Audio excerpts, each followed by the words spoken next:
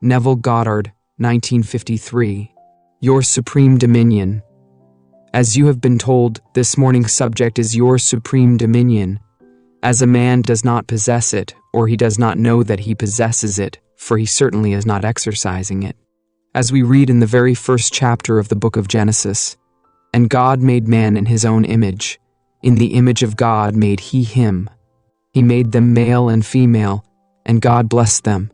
And God said unto them, Be fruitful and multiply and replenish the earth, and subdue it, and have dominion over all the fish of the sea and all the fowls of the air, and every moving thing that moves upon the earth.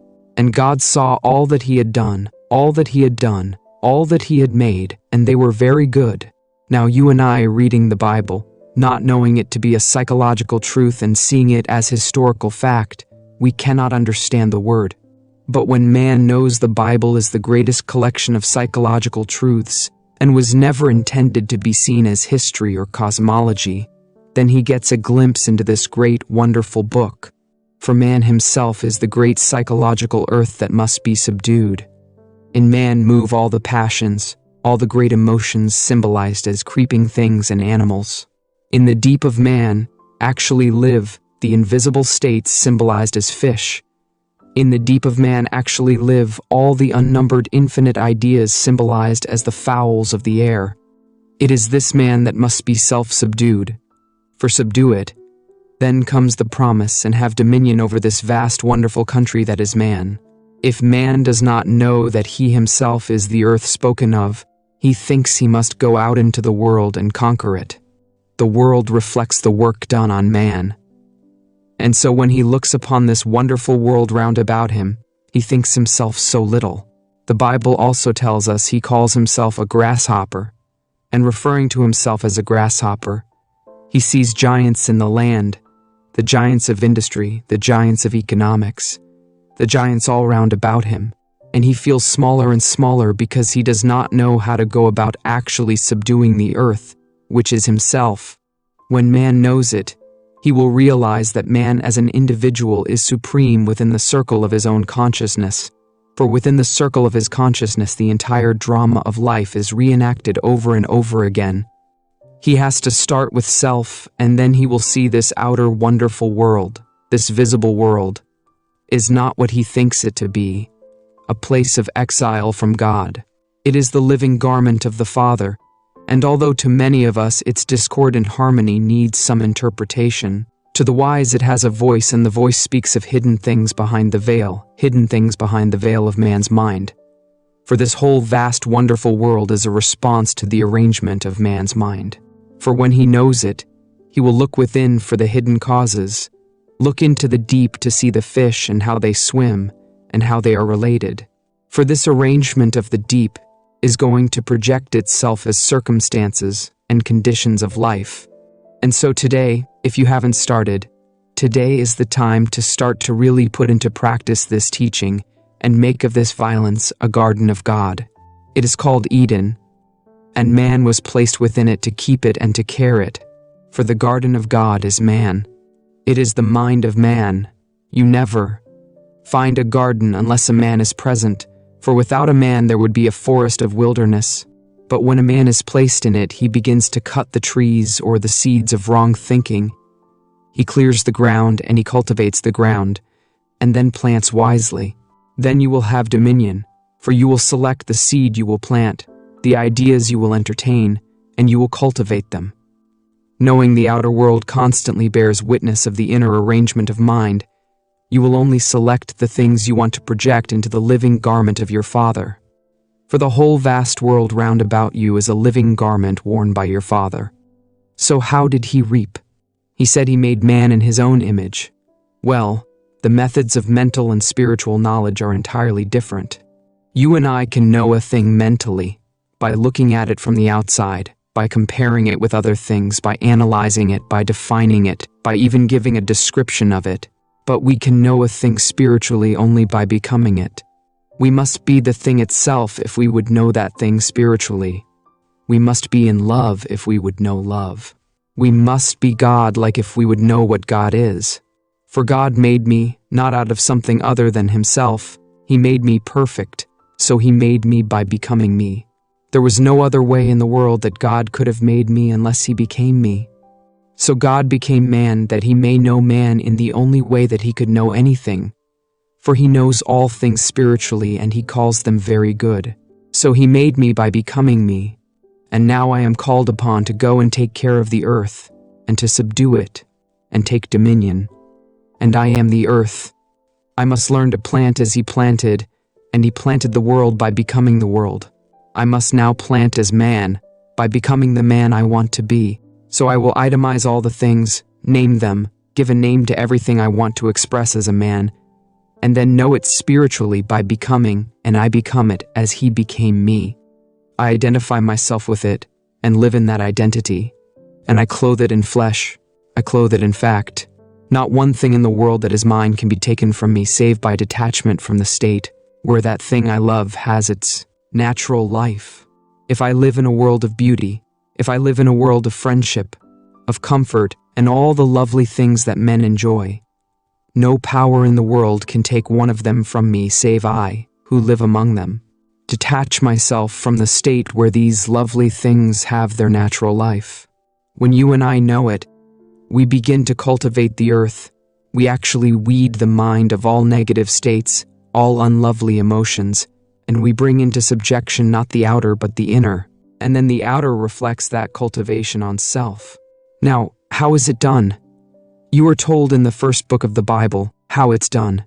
For the promise is to the man who does it, and the promise is a complete expansion beyond his wildest dreams of the state he plants. The one who first did it was called Jacob. Well, I am Jacob. You are Jacob if you start to plant. Every man is the potential Jacob, and Jacob did it by righteousness. As you are told, he did it through righteousness, and he multiplied exceedingly, so that he increased 1,000-fold his flocks. His cattle he increased, and grew beyond the measure of man in having all the maidservants and men servants and the camels. And this is what he said, "My righteousness shall speak for me in time to come." Righteousness is right consciousness. The only right consciousness is the consciousness of already being the man you want to be, for that attaches you with an invisible state. You can't see it yet, but you become attached to the state that you dare to assume you are, and you go fishing in the deep. You are beginning now to subdue the deep. You enter a state through the medium of feeling, through feeling that you are already what you want to be, and that is how you grow exceedingly great in your world. For you will be the Jacob expanding in your world. The next one we come upon is Job.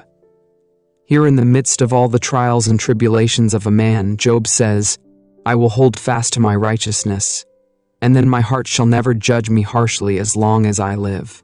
He will hold fast to righteousness in the midst of storm, in the midst of all the problems of the world. He will assume that he is free and hold fast to that right consciousness, knowing that not in eternity could his heart ever judge him harshly. Then we are told, "The meek of the earth seek righteousness, and it is to the meek of the earth that the earth is given." As you are told, the meek shall inherit the earth. You might have been taught to believe it meant the beaten man, the man who falls and grovels like the grasshopper. It doesn't. The word meek, if translated, actually means to be tamed as a wild animal is tamed. To the man who tames the mind, the man who tames his being, that he can set it any task and have it execute that task, that man is meek, and the meek inherit the earth. And the meek always seek righteousness. So if I today began to subdue this earth, I must make righteousness my watchword. And so if I were righteous, I would now single out the nature of the trees I would plant, the nature of the flowers I would plant, the nature of the animals I would cultivate, the nature of the fish that I would catch, and I would name them as desirable states, called in the Bible beauty instead of ashes, called in the Bible the spirit of joy instead of mourning, called by all these lovely things. As you are told, all the things that are good dwell on these things, to every good thing, for he called it very good. Everything that I would call the good, which is a righteous judgment, will be the right judgment.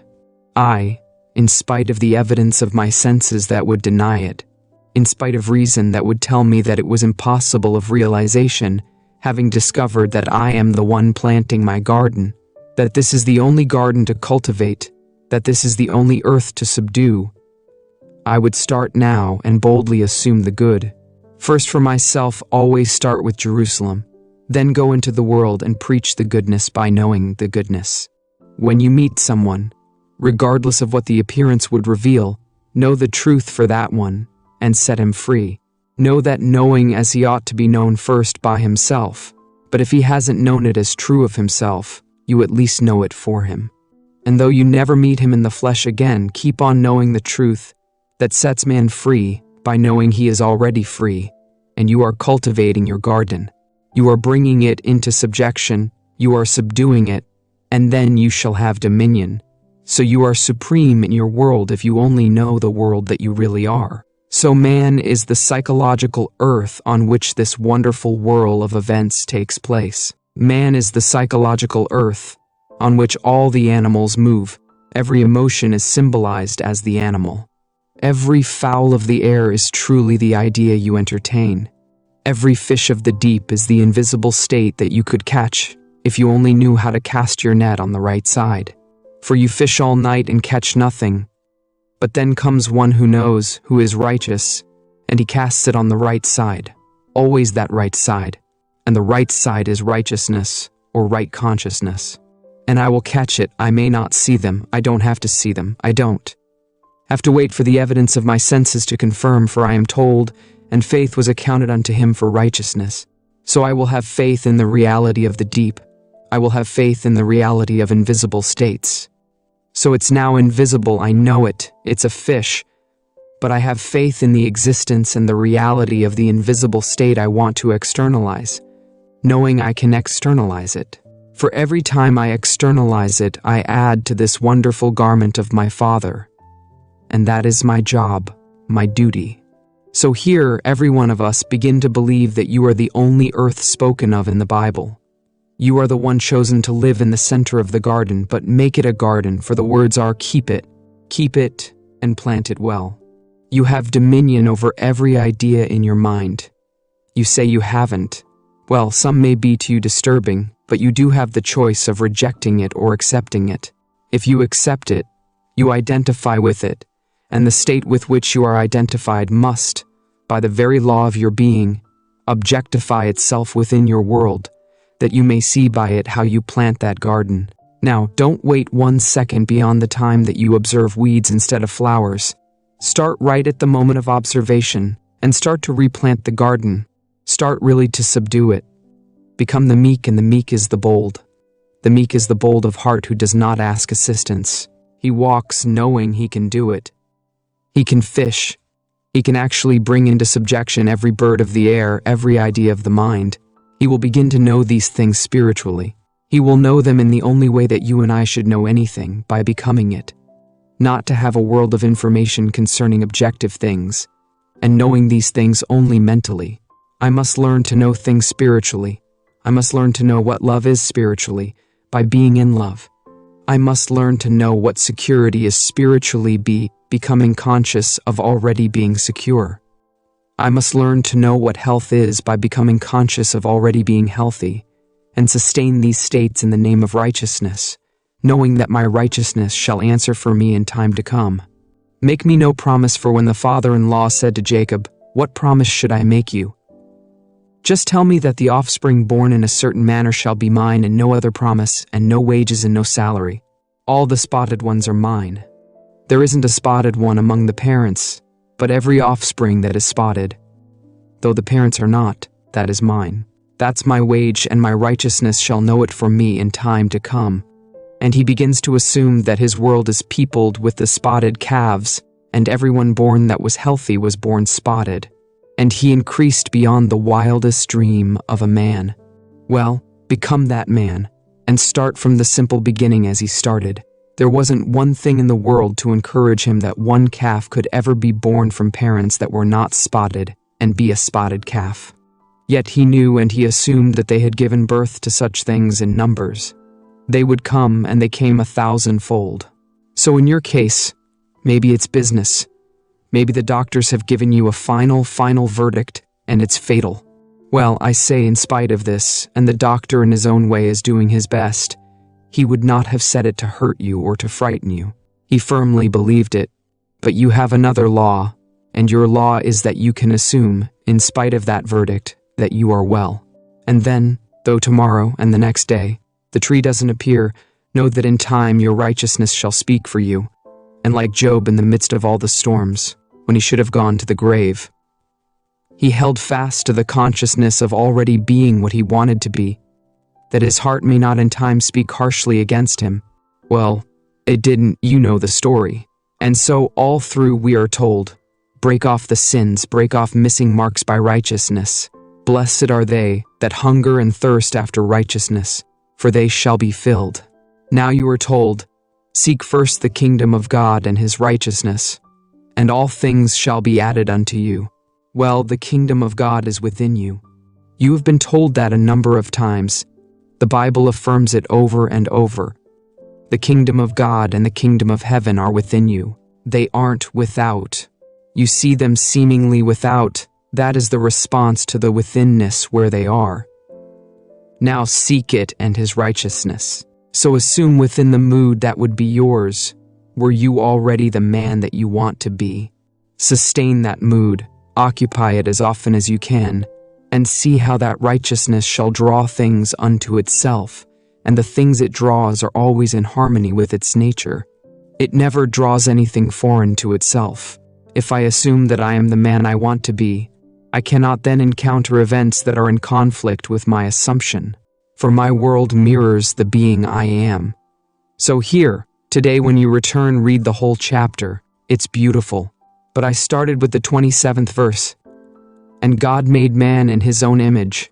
In the image of God made he him. Male and female made he them. Then comes what is to be done. Then comes the promise if you do it. Then comes the judgment. It is good and very good. So you start knowing that you are the earth on which you now start to labor. If you do it, you shall be fruitful, and you will multiply, and you actually replenish this world, though it seemingly is barren. You replenish it if you subdue it. And the earth is self to be subdued, not by beating self as some people have misunderstood, not by isolating the self in some little secluded spot, not by running away from life.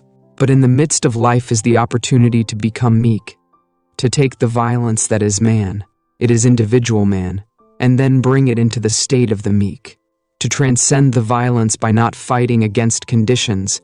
Know that conditions can only reflect what is within the one who observes that condition.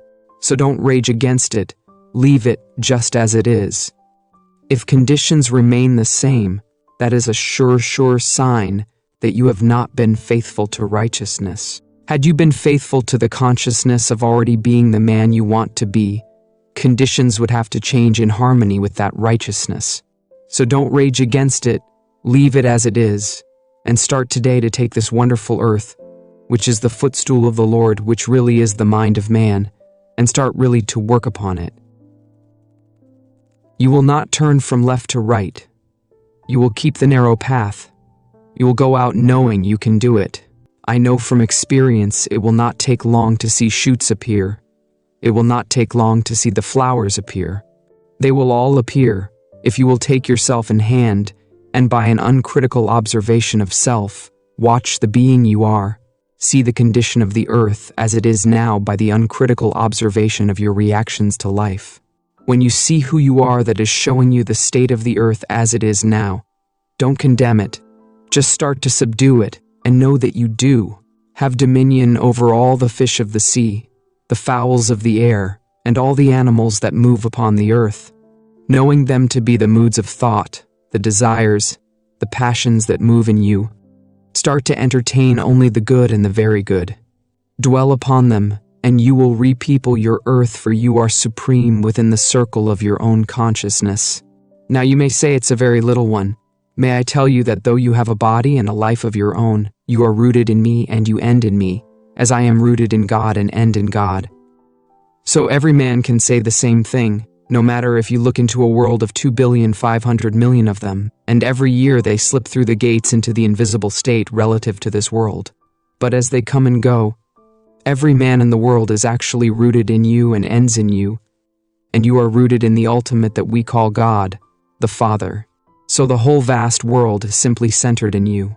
Start now to rearrange it that it may reflect the beauty that you want to live about and live in this world. You do it by assuming the best. Always imagine the best of self. Always imagine first with Jerusalem, and then go out and radiate what you have given to self. If you live in that wonderful state yourself, you will only have the good to shower upon others, for you have one gift that is truly yours to give, and that is yourself. You have no other gift. If you are good, you can give only the good. If you are not, well, whatever you are, that you give. So the story is you may find today when you observe yourself, by observing your reactions, that it's not a very pleasant land, but it is still a fertile land. It can be cleared of all these trees of traditional wrong thinking, and can be replanted in harmony with the beauty that you desire. And in the immediate present it will bear fruit in harmony with the seeds you plant. So let us go out determined to bring about a better arrangement of our mind, that we may produce more noble garments for our Father to wear. For this wonderful, visible, objective universe is only the living garment of my Father. It's not a place of exile, as so many believe, talking about home and their going home, as though they are not now in the very midst of their Father. When you see me, you see my Father. Whenever you see me, you see the state of my mind, for you will see the world in which I live, and the state of my mind, that inner arrangement, that's my Father. When you see me projected, you then call it the sun, and my world round about me tells me where I am. All these inner states are places in this fabulous psychological consciousness. Inner state is equal to place, and where I stand within myself determines what I see when I look outside the self. So, when I look out upon the world, that area of my Father's garment, whether it be torn by reason of the inner place where I stand or whether it be lovely, I see only the inner arrangement of myself. I am forever surrounding myself with the true image of myself, and what I am in consciousness that only can I see. Knowing that, let me be determined today to seek righteousness or right consciousness, that I may reap in the immediate present all the lovely things that I desire. Now in summary, single out some noble aim in life. Having defined it clearly to yourself as a desirable state, the state you would like to externalize, ask yourself this very simple question: what would the feeling be like were it true if I already embodied that noble state? In response to your question will come a feeling. Assume that feeling. It has reality outside of the present moment. Its being is in complete independence of present objective fact. It has real structure. It has reality in the deep of it. It came in response to your call when you said, what would the feeling be like were it true? And you named what you were thinking of. If it was security, if it was health, if it was any state, that fish came from the deep. It's located, and you took the I and placed it in that feeling. You were actually standing upon it, though it is invisible. Now remain on it. If you remain in that state, you are told in the Bible 3 days, you will be spewed out on dry land. 3 doesn't mean 3 days. 3 means fullness. 3 means complete. So if I will live within that fish for 3 days until the whole thing seems natural and seems real, and it has the sensory vividness of reality, I will then be spewed out as something objective, and something that is commonly called in the Bible land or dry land. But it does have reality as you feel it. Only people get away from it because it doesn't have immediate objective fact to confirm it. But you ride it for your 3 days, and you will know what it was to enter that fish and remain in it until fullness was attained, until reality was attained within. In that state you were righteous, and your righteousness will speak for you in time to come. It will not fail you. It cannot fail you. Now let us go into the silence.